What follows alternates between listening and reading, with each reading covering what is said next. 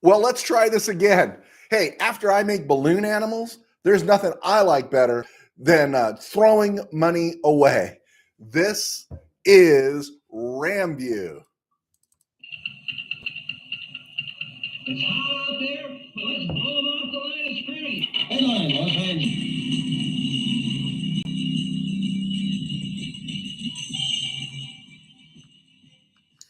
Live from the Ram Cave, I'm Joe Terosian, and this is RamView, the March 8th, 2023 edition, brought to you by Kistler Law Firm.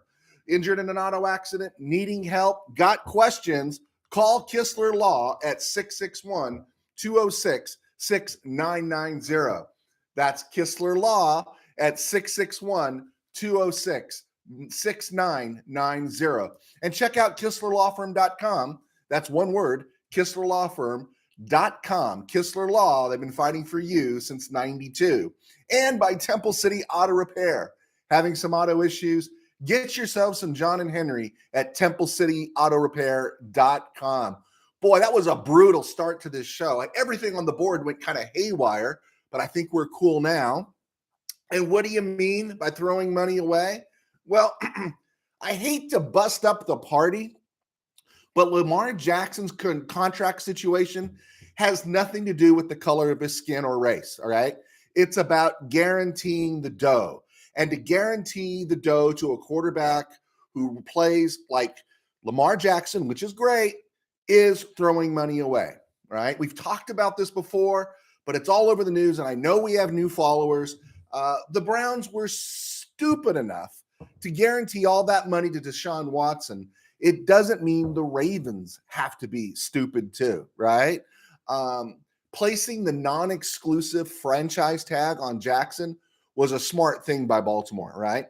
If he finds a better deal, the Ravens recoup two number one draft picks, right?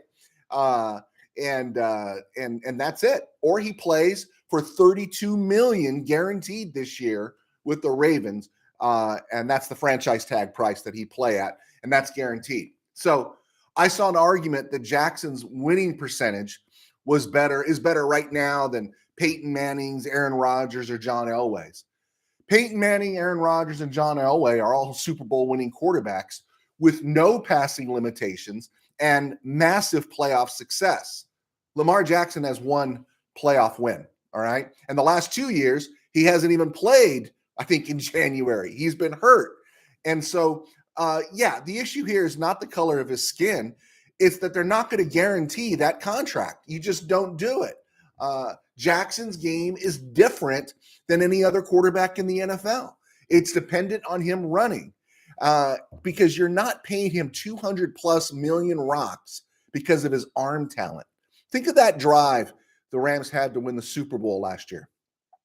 Could that really have been done by Lamar Jackson? Could that have been done by him? No, he doesn't have that arm talent. He's not a bad quarterback. He's a really good quarterback. I like him because he gets better. His teammates love him. He works hard, but I think he works harder than Cam Newton did, but he's in that same boat Cam Newton is that they run him ragged for 15 weeks, and then the back half of December through January, he's toast. His body is beat up. He's not going to last, right? And so 5 or 6 and NFL teams, I'm trying to see what it was here. 5 or 6 NFL teams said, we're not interested in him, right? And I can tell you why they're not interested in him. It's not because of the number one draft picks.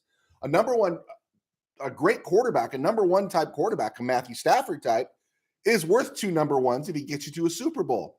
It's the guaranteed dough and the style that Jackson's plays. So can we stop with all the race baiting? And can we start to call out the absolute vermin in sports media so desperate for standing, attention, and virtue points that they have to turn everything into a race battle? Hashtag, they are not your friends. Hashtag, they are likely not worth listening to. The best way to rectify this is to stay away from ESPN and take 3 shots of RamView a week and catch me again on Monday. That'll be the best method for you to stay away from all this stuff that's ridiculous in sports. I like Lamar Jackson. I really do. But he doesn't have the same kind of talent that's conducive to a perennial quarterback. I heard that expression before. I heard it again today. You always hear of a really good running young quarterback, but you never hear of a really good old running quarterback, right? I've heard that several times since this Lamar Jackson thing came up, and it's true. He's limited. He's limited what he can do with his arm. He's developed a ton, but he's limited, and that's his problem, and that's the Ravens' problem. They want him, but you just can't guarantee the dough just because the Browns were stupid enough to, right? Your friend goes to Vegas, throws 10 large down on a blackjack table, loses it all. Are you required to do the same, right? I just don't get it, right? So moving on real quick here, looking at some of the players that were franchise tagged. Saquon Barkley also got that non-exclusive franchise tag. He's going to make close to 11 rocks this year, 10.91 million. He's one of the best running backs in the league, and he only got 10. People are paying for running backs, right? And no one's going to give 2 number ones up for a running back. It's just not that kind of a league anymore. And yeah, he's lucky. I'm not going to say lucky. He's a really great back, but the day and age of the second contract for a running back is just, it's gone. It's gone. Las Vegas did the same to Josh Jacobs. Good move by them. Dallas did the same to Tony Pollard, which I think is great for Tony Pollard because he's been working for dog wages because he was such a low round pick. But he's finally going to get his money. And so that's good, at least for a year. And then they'll see where he's at. And so that was taking place. But think about this. Running backs, how dominant running backs were in this NFL. What they're coming out to when they're franchise tagged is just under 11 million a year, 10.91, right? Jacksonville franchise tagged tight end Evan Ingram, Trevor Lawrence's best friend. And Evan Ingram is getting 11.3 as a tight end. And he's valuable. I like Evan Ingram. First time you've seen him play in a system where you go, ooh, I really like that guy. I've seen Evan Ingram in other stops. And I thought, he's just a guy. He's okay. Yeah, all right. If the Rams signed him, I wouldn't have been too excited.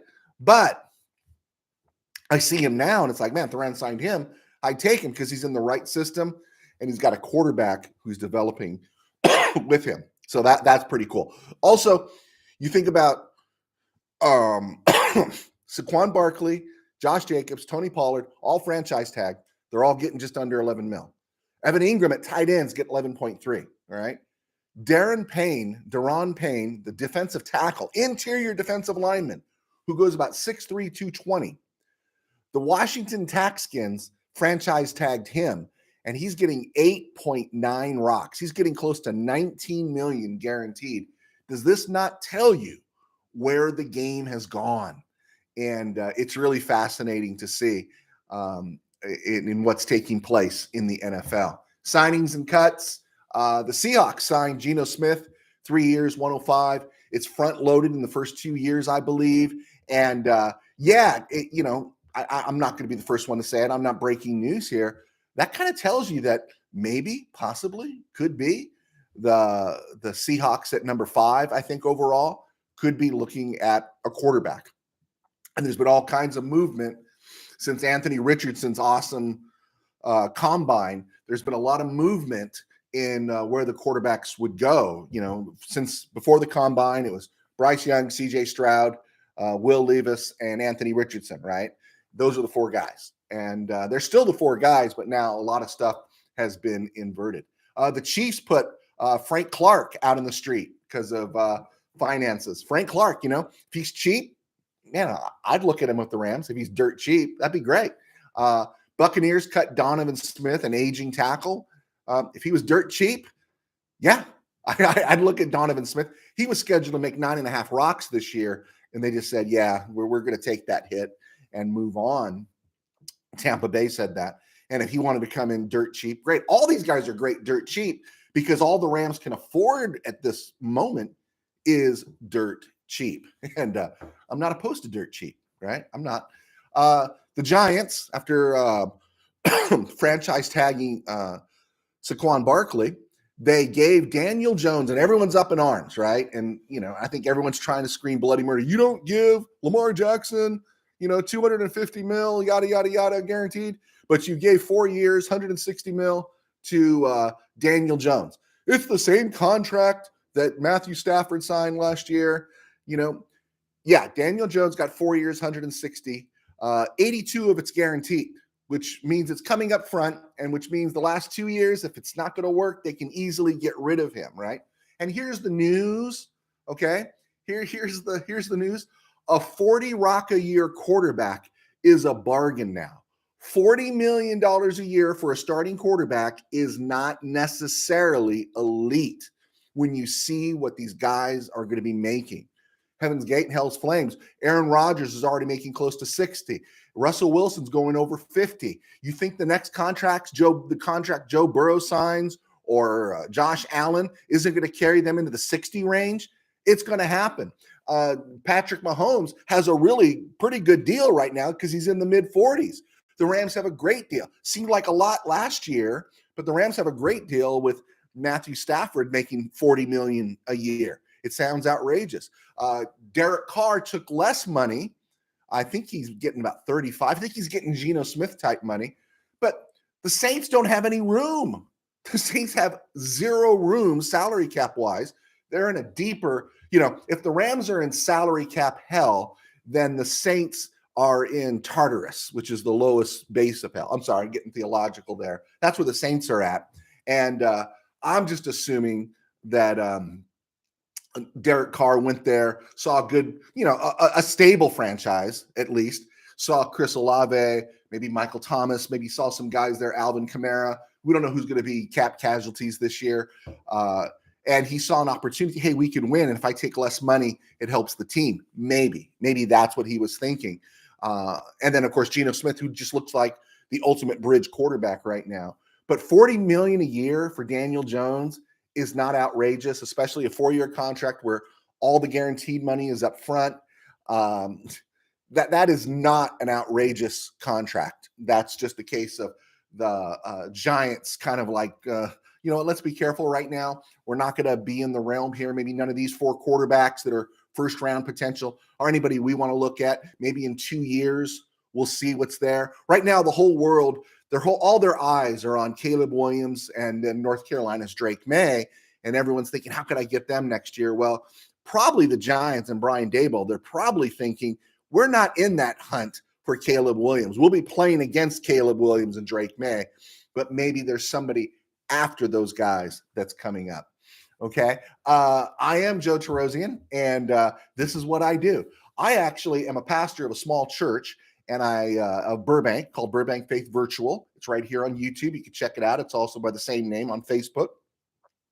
And supplement my income, I worked 21 years as a sports writer, paid sports writer. I was one of the founding members at Mid-Valley Sports with Tim Peterson, Dwayne Barker. They cover the NFL now. I left. They cover the NFL. And so I supplement my income by doing RamView. If you'd like to be a sponsor on RamView, let me know, because we are a growing concern, mildly, I'd like to say. And I also write books. I've written a couple of high school football novels that actually reviewed very well, sold very well. Temple City, Company of the Ages right here, and Tangent Dreams, which was my first book, came out in about January of 2016. There's a lot of reviews on there on Amazon, and we did pretty good with this one. This is an indirect follow-up to this book, but you could read them separately if you want. One's a little thick, the other one's not as thick. I've been accused of writing books that are too thick, that I should write my book smaller. So amazingly, I wrote this smaller one, and it sold better. So these are my books. If you want to support us, that would be great. Check us out. They're all on Amazon. I also write some Christian dystopia, and you can check this one out. This is my novel that came out last year called Sin Virus. Think Walking Dead meets Christianity. If you're into the Walking Dead stuff, think Walking Dead meets Christianity. Little Christian dystopia there. And I sell these books. I write books to supplement my income. And of course, I do RamView. So check me out there. I think that's the commercial, along with my cup of coffee. All right. Let's look at the Ram free agents. as we roll into the 15-minute mark, the back half of the show. Everyone's talking about the Ram free agents. I feel like we talked about this back in early February, in January, but again, new followers kind of go back to it. So if you've been with me for a while, Paul Kistler, Dave Mitchell, Gary Brown, Henry Yep, be patient with me because we got new people and I got to kind of go over some of this stuff again. I think I left out Walter Bear and John Gomez. Thank you, guys. Real quick here, Ram free agents. Let's start with the defense. A'Shawn Robinson, Greg Gaines, Troy Hill, David Long, Taylor Rapp, Nick Scott are the most prominent free agents, okay? Unrestricted free agents, all right? Everyone has kind of known since mid-season last year that it was either going to be A'Shawn Robinson or Greg Gaines coming back, right? A'Shawn Robinson, according to Spot Track, has a market, believe it or not, for 3 years, 24 mil. Now, if you think of the Redskin DT, interior defensive lineman, Daron Payne, getting 19, the idea that the market would ask 8 for A'Shawn Robinson, a significantly lesser player, but a big body that fills the field at the line of scrimmage, that shows you the value that position has in the NFL these days. A'Shawn Robinson played his best game in the Super Bowl. Other than that, he's been kind of hit and miss.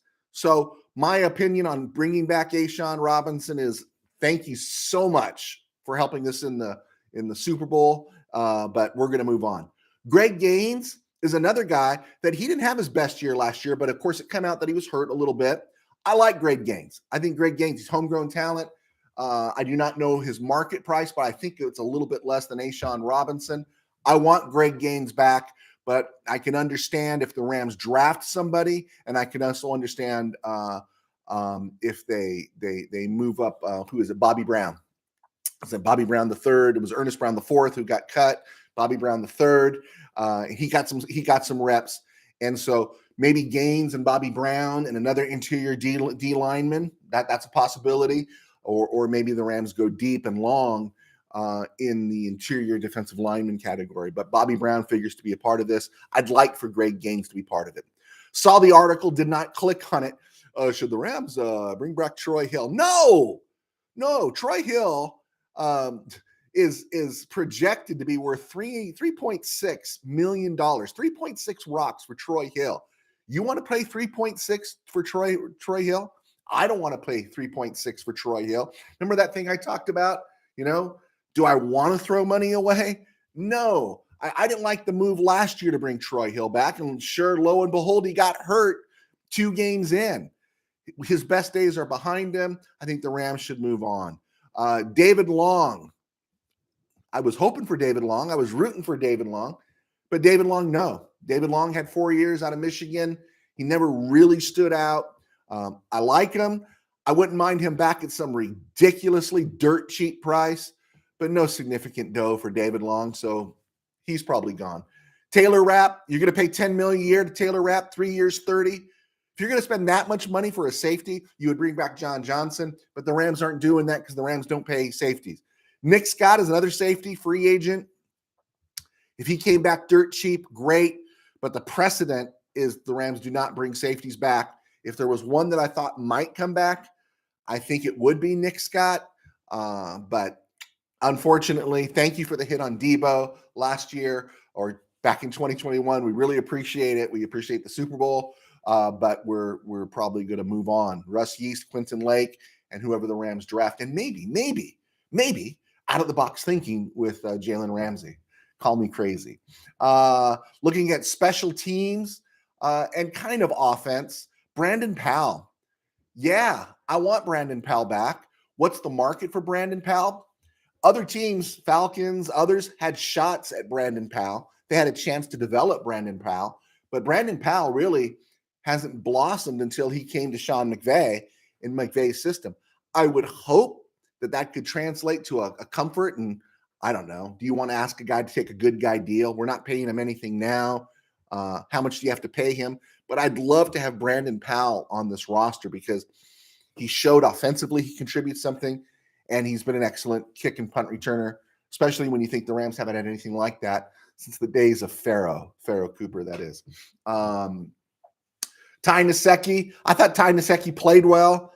Dirt cheap, absolutely bring him back. Ode Abuche, I thought, down the stretch, there was some cohesiveness on the line, but honestly, I don't want to pay him any money. If he wants to come back dirt cheap, I'm talking like a rock or less. Okay. I'm sure him and Nsekhe can, go to Starbucks, wait for the phone to ring, and there'll be another team with a rash of injuries that bring them back. David Edwards is a free agent. We won a Super Bowl with David Edwards. If David Edwards signs somewhere, you're liable to get maybe a 5th round, maybe a 6th round compensatory pick. David Edwards basically had 2 concussions last year and was worthless all year. I mean, politely worthless. I don't mean to say that. He just wasn't any help last year because he was banged up. And so, is he a great left guard? He did a good job. We won a Super Bowl with him. Can the Rams improve in that position? Yeah. Could Logan Bruss, maybe if he's healthy, fill that position? Yeah. Could Alaric Jackson, if Joe Noteboom comes back at left tackle, fill that position? Could they possibly, although you wouldn't give that much money to a left guard, we've heard them inverting, moving Joe Noteboom to left guard and Alaric Jackson to left tackle. Would any of those guys be better than Edwards? Yeah, possibly. They would be. So if Edwards wanted to come back dirt cheap, yeah, but I think it's unlikely. Matt Skura, no. Thank you so much, Matt Skura. Quarterbacks, Baker Mayfield. I'm just talking about unrestricted free agents. Baker Mayfield, yeah, but for nothing, right? For nothing. If not, I'd love to see the Rams find their way in the 3rd round. I don't know if they would move up because they're not going to draft him at 69. I don't think they would draft at 69, but Hendon Hooker or Tanner McKee, the way those guys are trending right now, they're not going to be there at 69. You don't want them at 36. But yeah, I'd love Baker Mayfield back at a dirt cheap price. Carson Wentz at a dirt cheap price. John Wolford, no. Go back to Wall Street. We're done with John Wolford. We're done with the Wolf, all right? And then going back to special teams, Matt Gay. A lot of people were surprised the Rams didn't franchise tag Matt Gay. That doesn't mean he's not coming back. That means the Rams still have a lot of sorting out to do because we have not heard of any contract restructures or anything like that right now. And so, yeah, Matt Gay definitely has been one of the best kickers in the league. Who didn't like Greg the Leg when he was here, Legatron and all that kind of stuff. But as far as consistency, Matt Gay has been the Rams' best kicker since Jeff Wilkins. He's just been nails. And anytime a guy kicks me into the Super Bowl, I'm partial to him, as Zerline did, as Greg Zerline did. But we'll see. Of course, we want him back. A lot of people are ready to write off Riley Dixon. I thought Riley Dixon last year was better than Johnny Hekker in his last year. So that's how I felt about it. I didn't have a problem with Riley Dixon. I don't want to pay him any money, right? You could find a punter somewhere, but I wouldn't mind seeing him come back. Matt Orzik, the APU guy, as the long snapper. Yeah, I like consistency in the long snapper. You lose the long snapper, and it's curtains. It's curtains when you lose your long snapper. And I'm sure you could always find somebody out there, but Orzik has proved himself to be the next Jake McQuaid, the next Mike McDonald. If you know your Rams history, you know those guys were pretty great long snappers.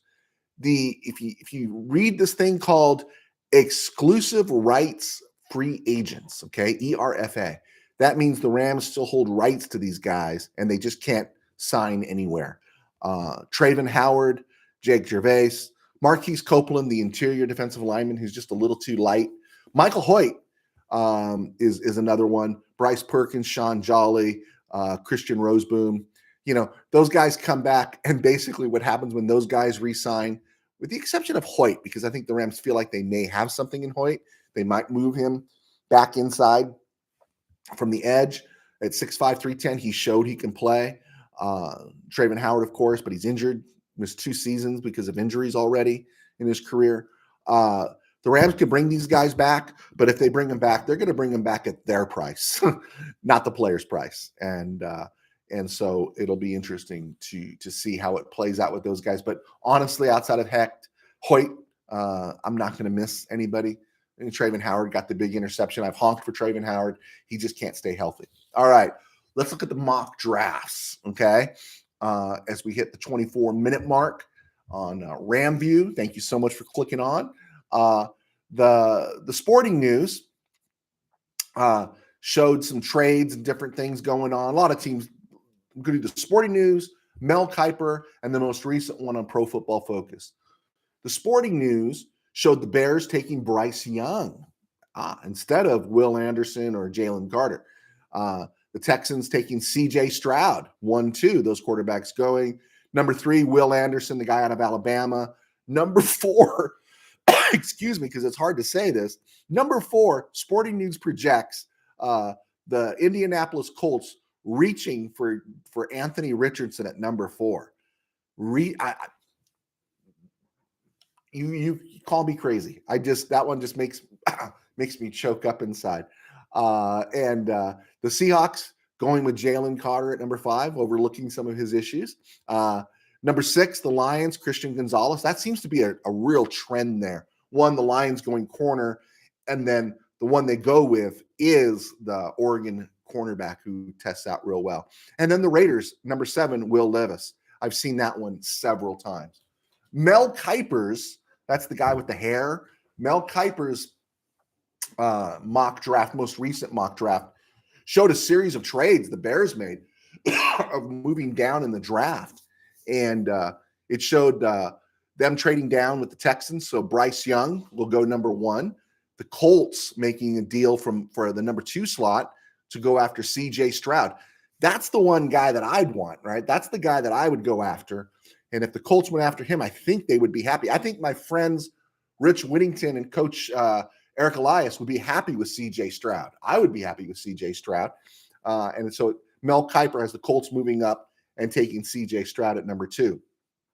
The Cardinals at number 3, taking Will Anderson, Alabama, the edge guy. The Bears, now that they've accumulated some picks, now at number 4, it's not such a crazy thing to take Jalen Carter, the DT there, the disruptor, and they're probably going to use the other picks and everything they attained in those trades with the Texans and the Colts. And that's a pretty good deal for the Bears if they can move down like that. Number 5 has the Panthers moving up in Mel Kiper's draft to take Will Levis, the quarterback out of Kentucky. And yeah, that's a gamble, right? Because you've got a guy like Will Levis who's not polished, replacing a guy like Sam Darnold who's not polished, right? So that'll be interesting to see. Christian Gonzalez, guess what? Going number 6 to the Lions. Raiders taking Devon Witherspoon, cornerback, Illinois. Falcons taking Will McDonald, defensive end, Iowa State.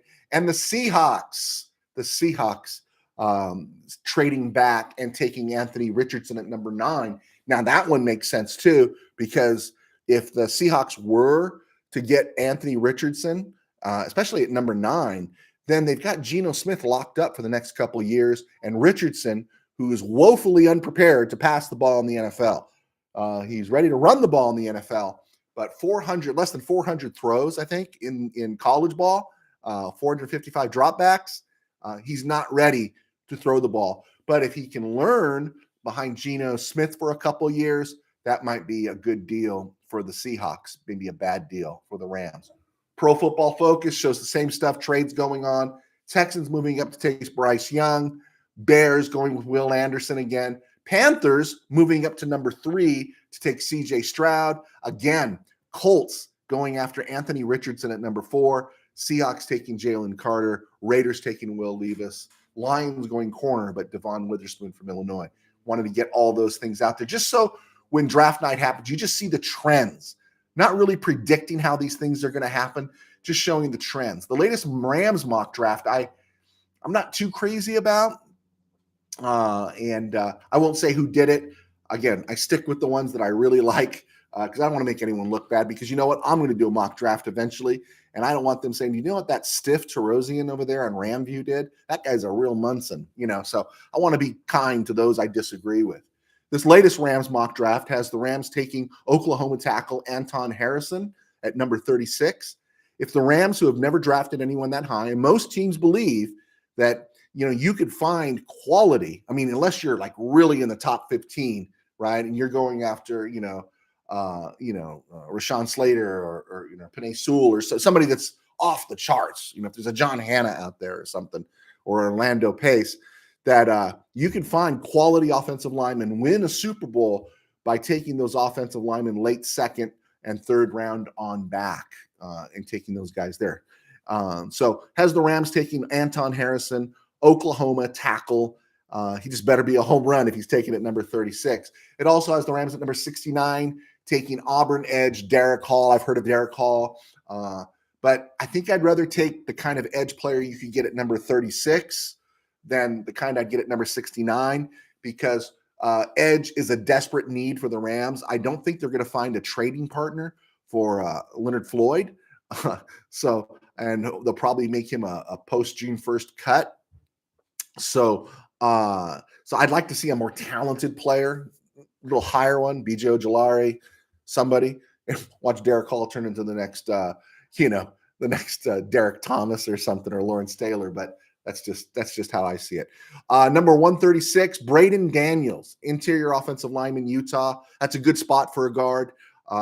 Darrell Luter Jr., cornerback, South Alabama. That's a good spot. I might not know if I like the players or not, but I like where they're taking them. Smart. They have the Rams at 182 taking an off-ball linebacker, Dorian Williams-Tulane. That's a great spot. That's where you draft those guys. Brenton Strange, tight end, Penn State. I'd rather take a tight end higher. The draft's deep, but I don't know, when you get closer to the 200 range, you get to the Tom Brady draft pick at 199, the farther you fall in the draft. I don't know what's going to be at 189 in tight end, and I don't know. I think you could do better than Brenton Strange. 191, Cameron Young, interior defensive lineman, Mississippi State. Makes perfect sense. Rams keep Bobby Brown. Rams re-sign Greg Gaines, and they bring in a young guy to maybe do some banging in the interior. Rams draft, what it would be is what would be Les Snead's 12th draft. It's the 11th time he's taken a safety. Daniel Scott, safety, Carolina. Perennial. You could probably make a lot of money by saying the Rams are going to take a safety in the draft, right? They do it all the time. And then number 225, which I thought was interesting, 7th round, had the Rams taking UCLA wide receiver. First time I've seen this guy's name on the board is Jake Bobo. Did you see Jake Bobo play last year? I saw Jake Bobo play last year. I thought he was really interesting. I didn't think of him as an NFL guy, but I thought for this mock draft, that was an interesting place to take a wide receiver like Jake Bobo. And then at 252, second time I've seen this trend, Travis Dye, running back, USC. You see a trend starting there. I wish the trend was number 6 overall, but the Rams trend is number 252 overall, and so we'll have to deal with it. So I think that is basically where we're going to go. So I want to talk about real quick here with the 32-minute mark. I will stay in my lane, but I want to talk about the Lakers retiring Paul Gasol's number. Yeah, I think he got elected to the Hall of Fame. The NBA Hall of Fame, there are more jokes in the NBA, in the pro basketball, or actually it's just called the Basketball Hall of Fame. There are more jokes in the Basketball Hall of Fame than Jay Leno has told in his career, right? It's just bad. There's no NBA Hall of Fame. And so just about anybody can get into the Basketball Hall of Fame. I'm not saying Paul Gasol wasn't great, but the Lakers retired his number. How do you retire Paul Gasol's number and not Michael Cooper, who was your 6th man on 5 championship teams in the 80s? Call me crazy. Yeah, you can say, well, we only do Hall of Famers. The Hall of Fame's a joke. Do what's right. Retire Michael Cooper's number, especially now that, right now the Lakers are in the play-in game. So good for them. But retire Michael Cooper's number. Get this thing right. Okay? So I think that's just about to do it. Stone Group, my man. Yes, it was a Stone Groove today. Thanks for clicking on. I had a lot of stuff come up today. But it's always a pleasure to come here. I want to say thank you to Paul and the Kistler Law Firm for their support, John and Henry at Temple City Auto, and everybody else that's even considering clicking on, signing on, leaving comment, or just dropping this link all over their social media and building our footprint here at RamView, FanView. God bless, take care, and we will see you on Friday.